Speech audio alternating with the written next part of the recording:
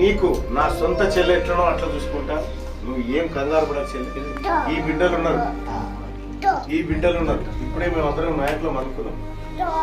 ఈ బిడ్డకు ఆ బిడ్డకు అలా 5 లక్షల చొప్పున డిపాజిట్ చేయబోతా ఉన్నాం.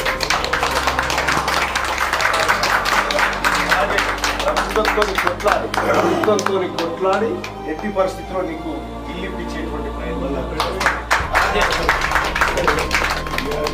మనసులో అందరూ వచ్చారు కదా, వాళ్ళు నిలదీశాను.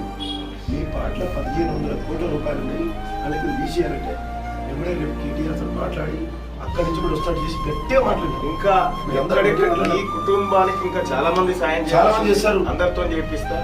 నేను మీ తమ్ముడు మీ అన్నగా చెప్తా ఉన్నా, వీళ్ళు మంది కాదు, నా కొడుకు, నా కోడళ్ళు, నా అల్లుడు అసంటి పిల్లలు. నేను ఎట్టి పరిస్థితిలో నీ కుటుంబానికి అన్యాయం జరగనీయ చెల్లి. నేను చేయబోతుంది తెలంగాణ రాజ్యాధికార పార్టీ మేమందరం కూడా 15 లక్షల రూపాయలు 3 రోజులలో